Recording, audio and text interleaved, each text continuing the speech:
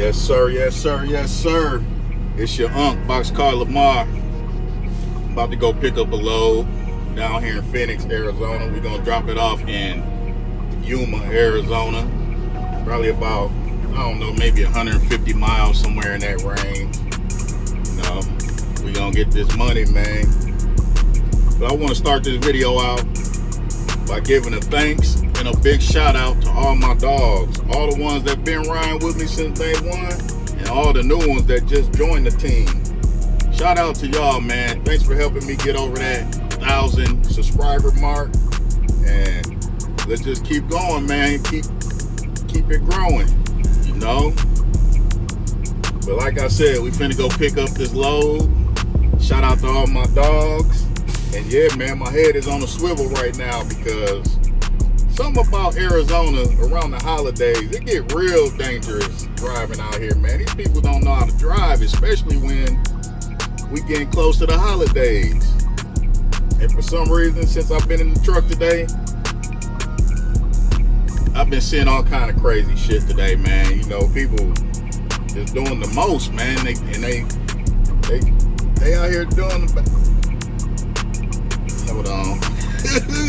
Sometimes you see shit in other people's cars when you're sitting up this high that you probably shouldn't see. I ain't gonna say what I'm looking at, but yes sir, yes sir, yes sir. But like I was saying, man, these people out here driving crazy.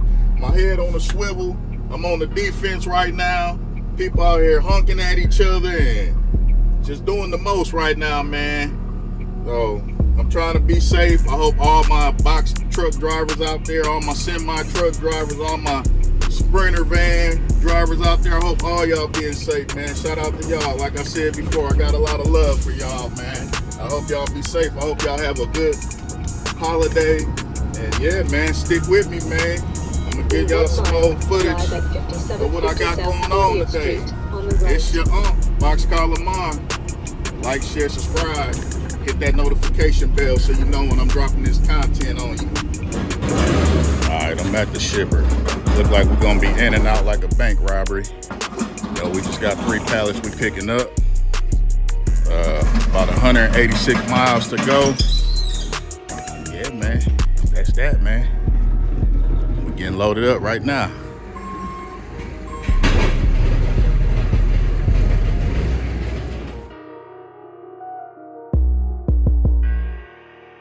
Got it strapped up and strapped down.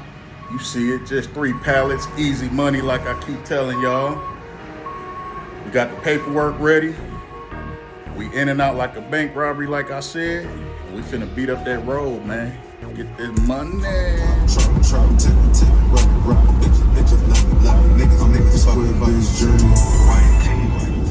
Yeah, y'all, it's just another day at the office. Another day out here beating up this road. 1 3/4 miles. Turn right on Arizona. As I beat up this road, I just want to share with y'all how this year, 2024, has changed my life. Trucking has changed my life this year. So I just want to break that down a little bit in this video. And I want to end the year with a video explaining some of that to y'all. Because this will probably be the last video until 2025. 2024, it's been a hell of a ride. It's been good, it's been bad. I done had ups and I done had downs, man. Especially since I got into the trucking industry. And this journey pretty much started to take fruition in 2023, around this time. Is when I really start putting it all together and getting ready to get the wheels turning. This year went by so fast. It is already Christmas Eve. We're just a couple days away from 2025. I spent 3 years doing my research on the trucking industry, as well as studying and paying attention to the freight market before I decided to finally pull the trigger and get into the trucking industry. And I made that decision in 2023. November of 2023 is when I said, you know what? I'm gonna go ahead, I'm gonna pull the trigger, I'm gonna get me a truck, and get this ball rolling. I could have got in the trucking industry a lot quicker. You know, it didn't really have to take 3 years, but in that 3 years, there was a lot of stuff going on. And that's when I realized that the trucking industry is kind of like the stock market, like I said before. You know, sometimes it's up, sometimes it's down. The prices of freight, diesel, as well as the prices of trucks. The prices of trucks were through the roof. So that 3 years was just me waiting on the right time. Not only was I waiting for the right time to get into the business, but I was still trying to decide if it was something that I really wanted to invest in. Because there was a couple other options that I had as far as businesses that I could have started. But, you know, I like trucking.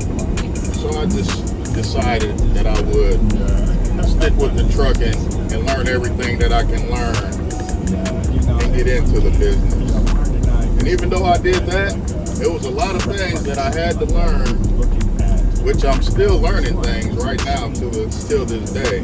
But I had to get in the business and learn hands-on a lot of things. You know, like I said, I had different experiences since I've been in this business. I know that my videos have been showing me do basically local work, but I do go over the road, and I started out going over the road. My first load was over the road, and I went to New Mexico.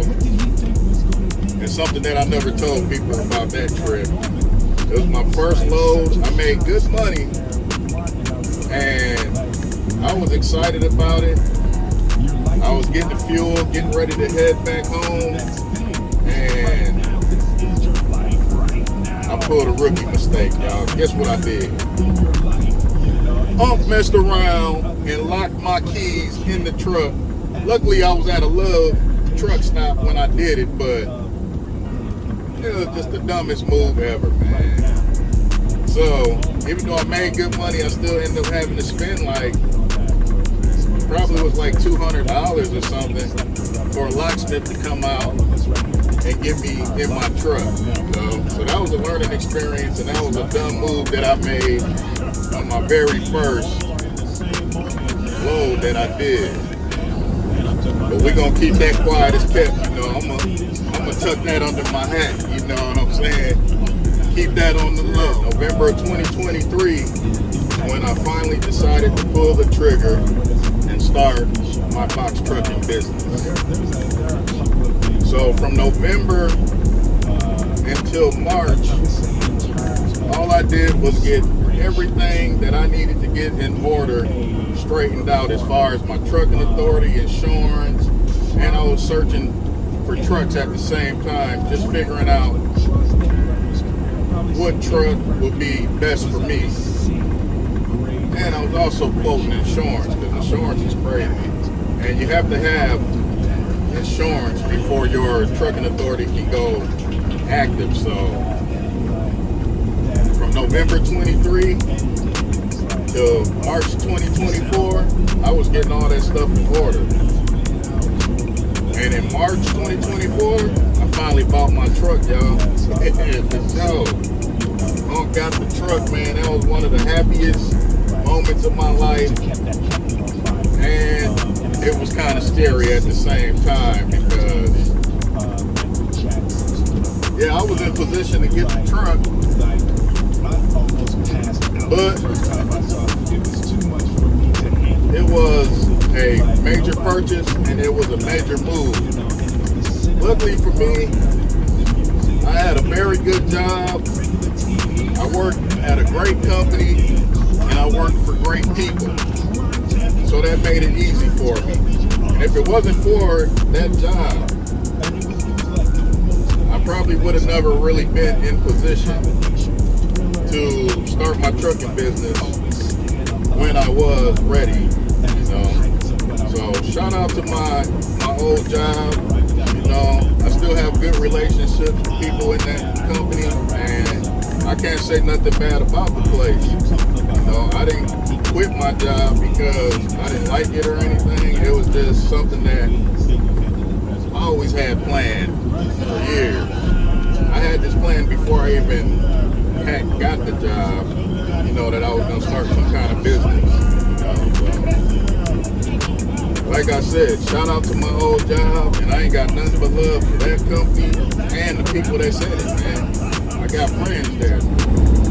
My trucking authority went active in April of 2024, and first thing I did was jump on that road, y'all. I went over the road, Like I said, my first trip was from Arizona to New Mexico, and it was a cool trip.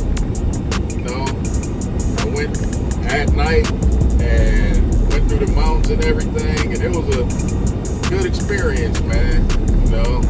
Besides me locking my keys in the truck at the truck stop when I was getting ready to come home. But for months,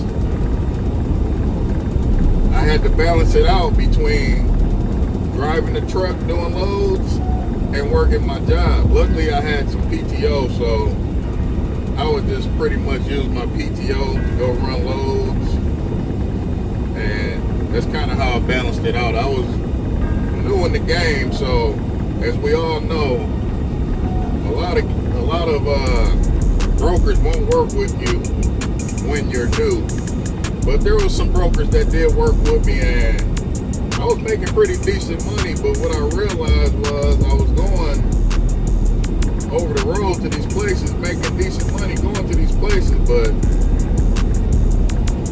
some of these places was like places truck drivers probably didn't want to go, and that's probably how I got those loads in the beginning.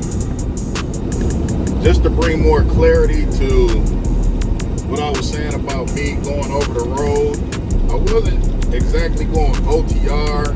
I was more like going regional, because I would just go to like the nearby states.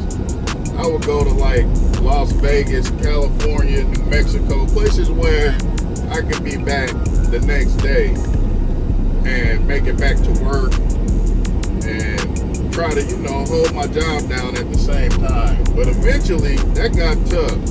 I started running out of PTO, and I started having to make a decision if I was going to go into my 9-to-5 job, or if I was going to go run a load and make $1,200 or $1,600 or $1,800 or $2,000. So eventually I had to battle with that, and I started to feel like my job was kind of getting in the way of me running consistent loads. But it wasn't only that I was working a job that got in the way of me running consistent loads, it was also the fact that my authority was new. So it was hard to get consistent loads with a new authority and working a job at the same time. So eventually, like around June, I quit my job and jumped into the trucking business 100%. And like I said before, man, I worked for a really good company, and I worked for great people, and I was given an opportunity, to jump into my business, and I got help from my old job. They really helped me out in making that transition. When I made that transition, it felt great, man. I was finally working for myself in my own company, but at the same time, it was kind of scary. I can't even explain the type of feelings that I had in my stomach, man. I couldn't really sleep. I guess you could say it was anxiety, because I was going from something that I knew I could depend on. I knew I could depend on my check from my job every 2 weeks, where, like I said, my trucking authority was new, so I couldn't get consistent loads, but I knew that I could get loads where I could make probably what I would make in 2 weeks on my job, or even double that within like a couple days. But the one thing to that is that you got to get the loads. You got to be able to get the loads. And I had to find out, man, that wasn't always easy. So it was like hit or miss in my first few months after I quit my job, getting loads. But I had a little bit of backup capital, so it worked out for the most part. But I ain't gonna lie, man, it was stressful, man. You know, because I had plenty of bills and I didn't have consistent work or consistent income. That was stressful, man. So keep that in mind when you get ready to get into this business, or if you want to quit your job and start a business, especially trucking, because you got to let that authority age before you can even really start getting consistent loads. I had to go back to the drawing board because I realized that my business needed a little bit of tweaking. So one of the things that I realized was I was getting most of my loads through my dispatcher. And no knock against my dispatcher, he's a pretty decent dispatcher, but I realized that nobody's gonna go as hard for your business as you will. So I started dispatching myself and finding my own loads. And one thing that made that easy was I had finally made it past my 180 days. Once I got past the 180 days, it was like the doors opened up for me. Things did get a little bit better for me, and I have been able to find more consistent loads with no problem. So, like I said, I had to go back to the drawing board, tweak a couple things, and sometimes that's what you got to do. You got to go back and rewrite the plan, or you got to add or delete some stuff from your plan. That's just pretty much what I did to get me to where I'm at right now in the business. Turn right at the traffic light. Venting. Now I'm going back and forth with myself about my dispatcher because I don't know if it's just me or if it's just the way the market is right now, but it seems to me like he's been getting kind of lazy, man. I mean, he's been slacking a lot. And like I said, I've been dispatching myself, finding my own loads, and I'm finding more loads than what he's presenting to me. And his excuse is always, the market's bad right now. And I understand that. And yes, it is a bad time for the market right now. There's not as much freight in the market, but there is freight in the market. And I seem to find it myself. Why isn't he doing that part for me? So I don't know how much more I'm going to work with him. I may have to cut him off. But at the same time, it's like, it just gives me more options to keep him around because, yeah, I'm finding loads, but if I'm not finding a load, then maybe he'll come with a load. So it kind of balances out that way. But yeah, man, this time in the market is tough. That's something that I'm experiencing right now too. It's not a lot of freight, and the freight is not paying as well as it was a few months ago. And I heard next month, January, is going to be pretty much the same, if not worse. So we're going to see what happens. But yeah, I'm experiencing that to the fullest right now. I seem to be still getting loads. But like I said, my dispatcher is not coming with the loads like he should be. Alright, y'all. We finally made it to the receiver. This is a driver assist, which means I have to unload it myself, which is no big deal. We only got 3 pallets. We're going to drop these pallets, get that BOL sign, hit the road, man, and enjoy the holidays. So I want to say shout out to all the truck drivers out there, semi drivers, box truck drivers, cargo van drivers. Happy holidays, be safe, and yeah, man, I'll see you in 2025. We gone.